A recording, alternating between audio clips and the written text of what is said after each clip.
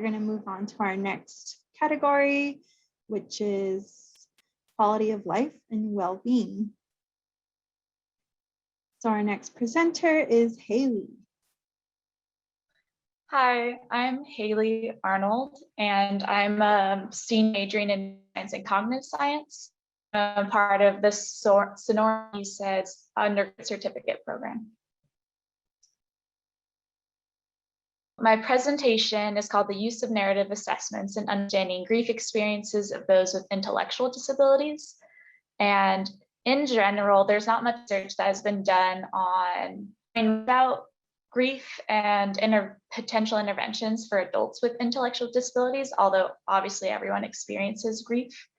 And in general, there's not any tools to help analyze different research that is done with those with intellectual disabilities. So that's two different focuses of this project.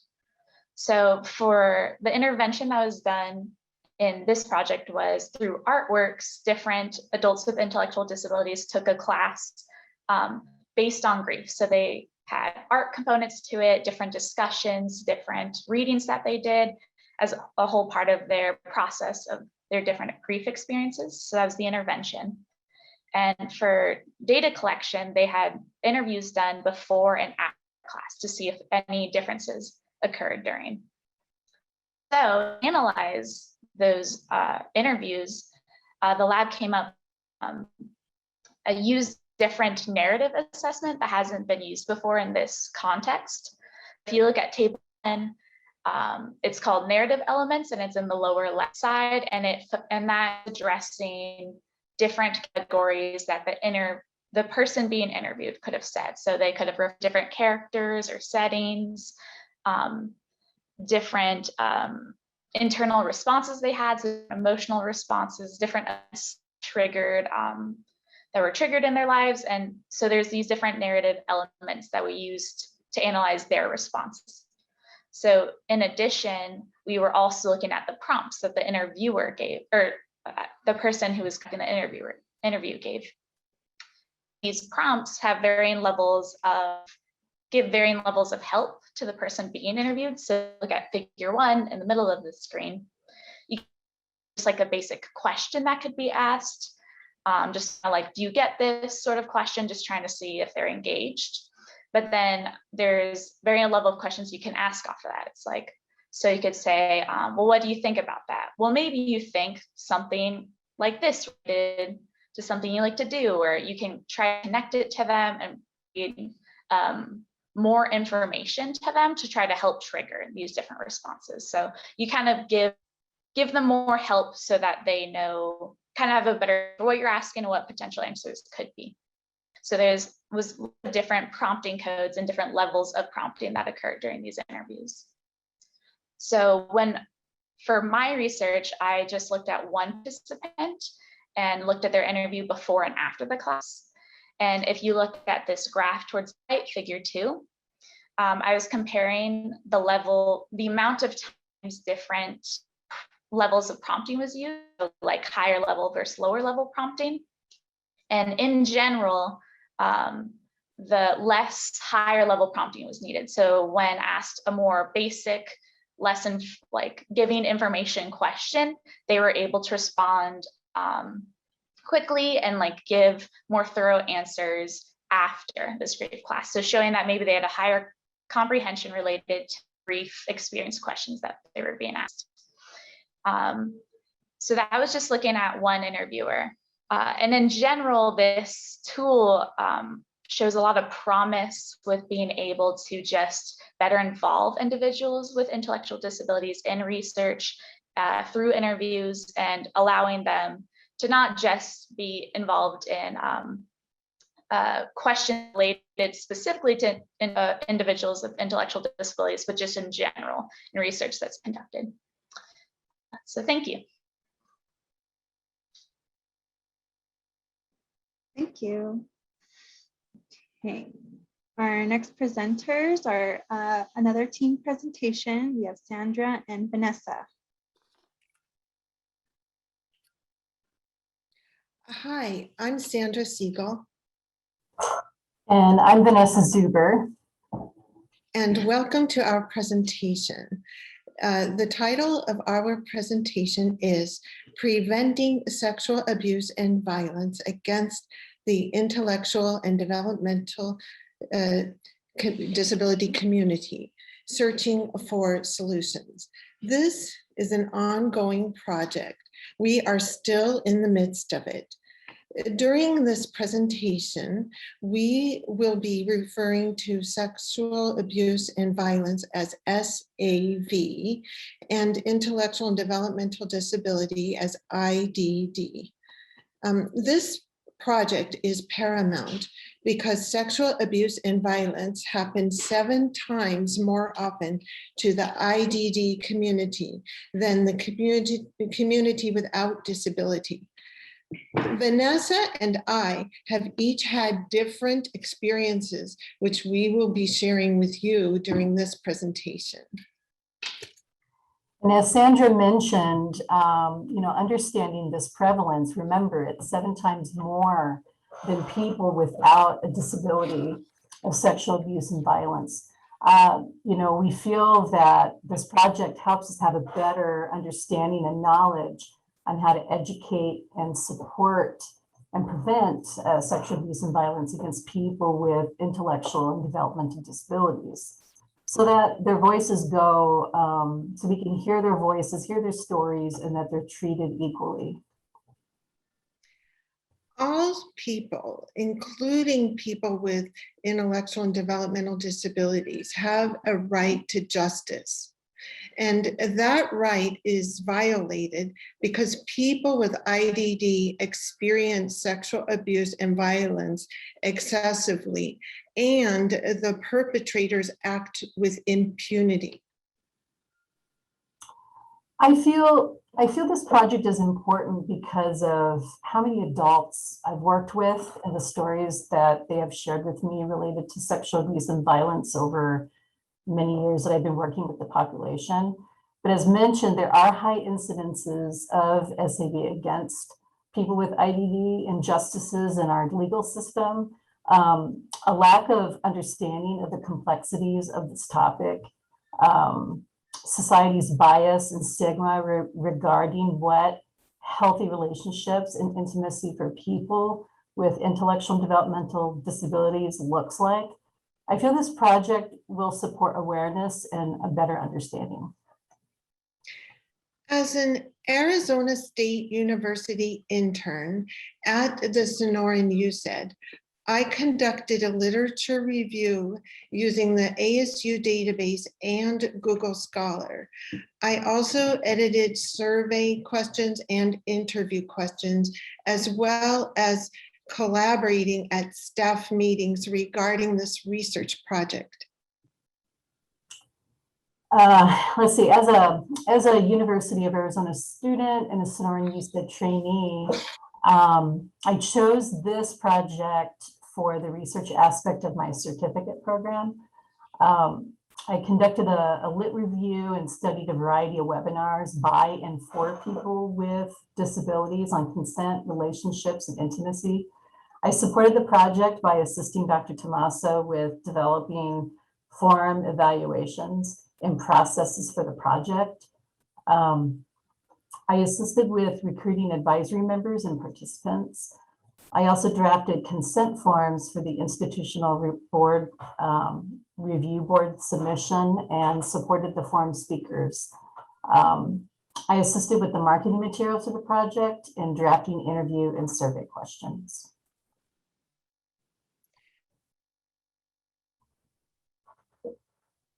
The high prevalence of sexual abuse and violence against individuals of the IDD community.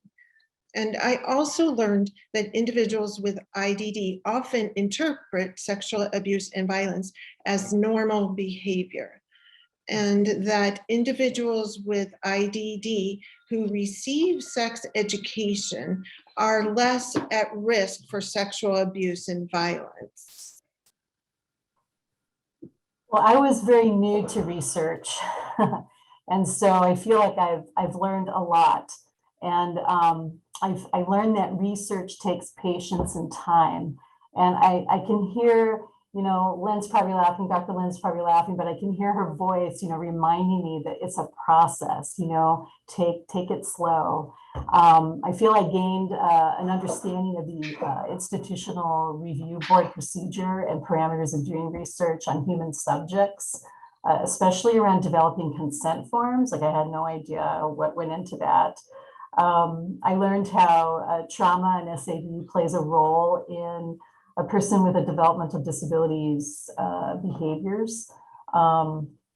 I learned the differences between a literature scoping and systematic review. I also learned so much from observing or watching webinars that self-advocates presented on around healthy relationships and intimacy and sex in a very direct and matter-of-fact way.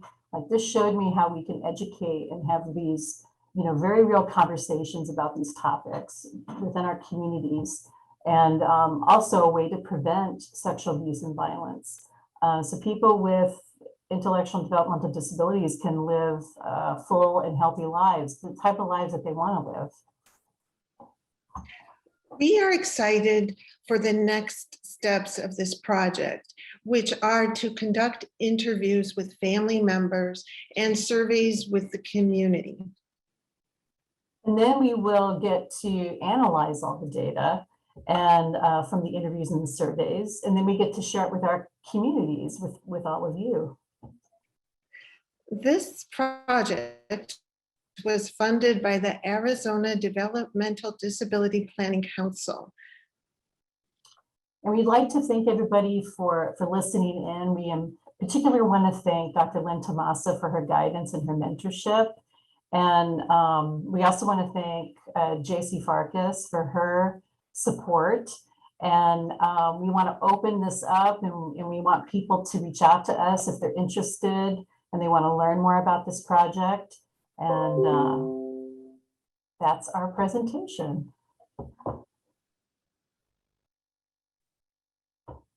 Thank you. Laci, you're up. Hi guys, my name is Laci, and I'm currently a senior at the University of Arizona, and I'm studying neuroscience and cognitive science, and this past year I was a disability policy fellow.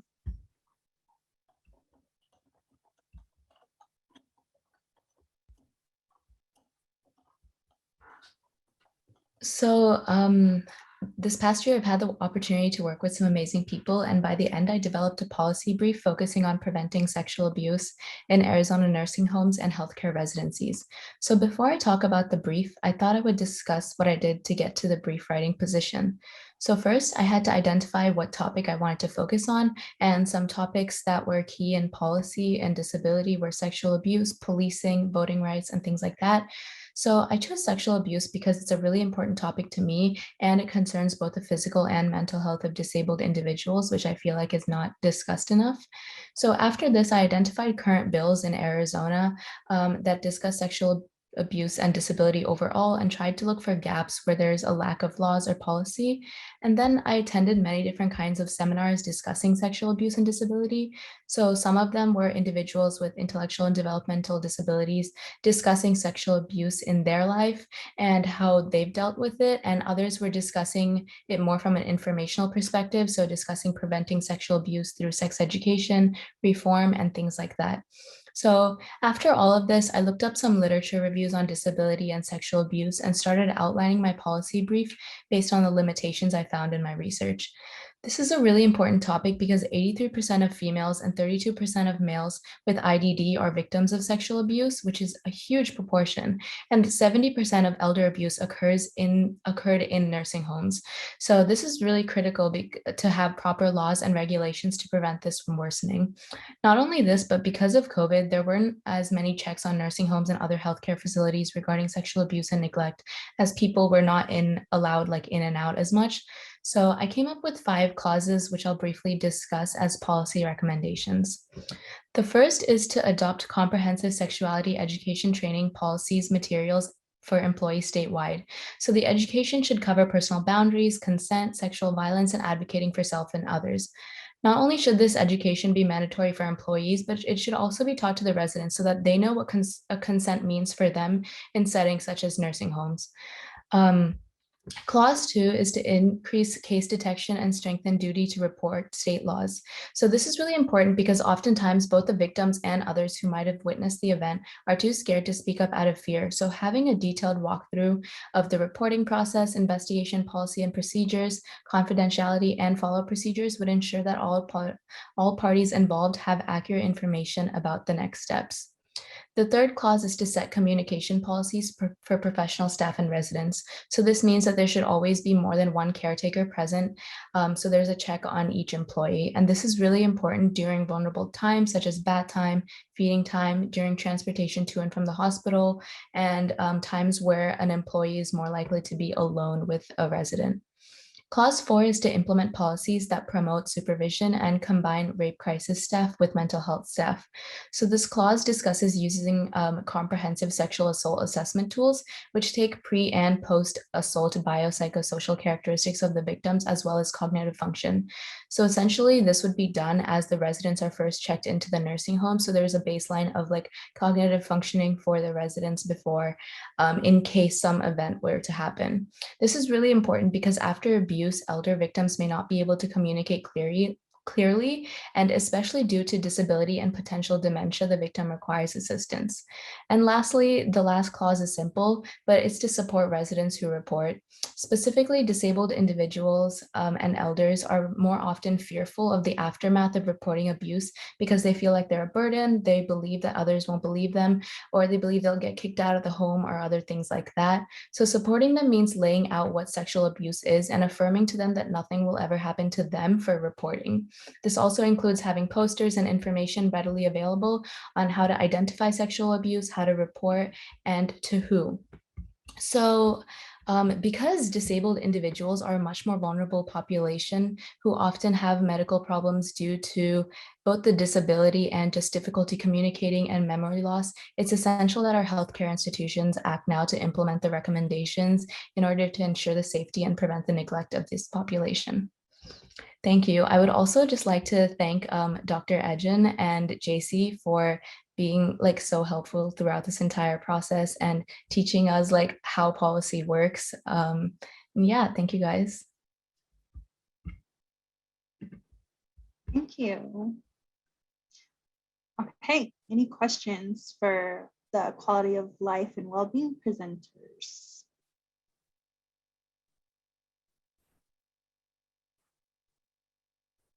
While folks are thinking, I'll just mention what's in the chat. See, I think from Lupita, she says, I think this is a very important topic and I appreciate the research on this. I would love to hear more as you find more studies. Great job, gals.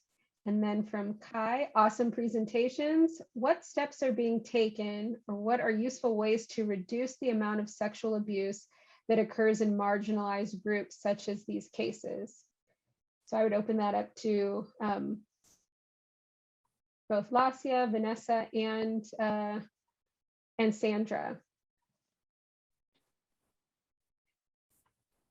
I can say a few things. I mean, I think that awareness and more education and actually hearing stories and you know, breaking down the barriers or our ideas about what this looks like or what this means for this population. I really enjoyed, you know, Laci, what you were saying, like some of the different parameters that you had around residential homes, and maybe we need more laws as well. But those are some things that come to my mind right away. Yeah, I was gonna say education as well, just because I feel like it would be also, I know Dr. Edgen was working on like education training for like students in like schools, but I think that's really important because like as you're developing, it's important to, as a disabled person, it's important to know like that you are a sexual being, and it's important for everyone else around you to also understand that as well, because I feel like it's often overlooked. So just like focusing on the education aspect and making sure that more so than like the disabled person themselves, also just like everyone around them knowing that like this is something that occurs very often, to look out for it. And yeah.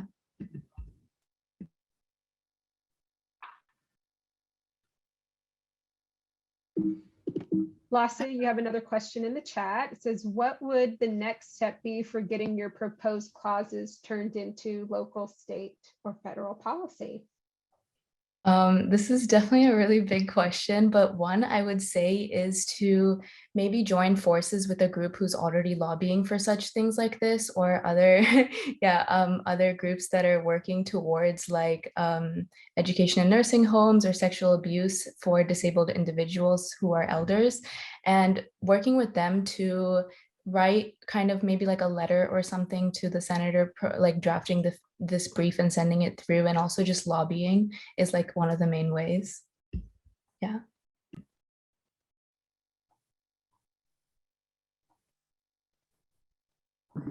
I'm curious about, I heard about talking about more sex ed or having sex ed and how that makes a difference, but I'm also curious about whether you guys explored, and I'm more just curious about teaching self-advocacy and how that makes a difference.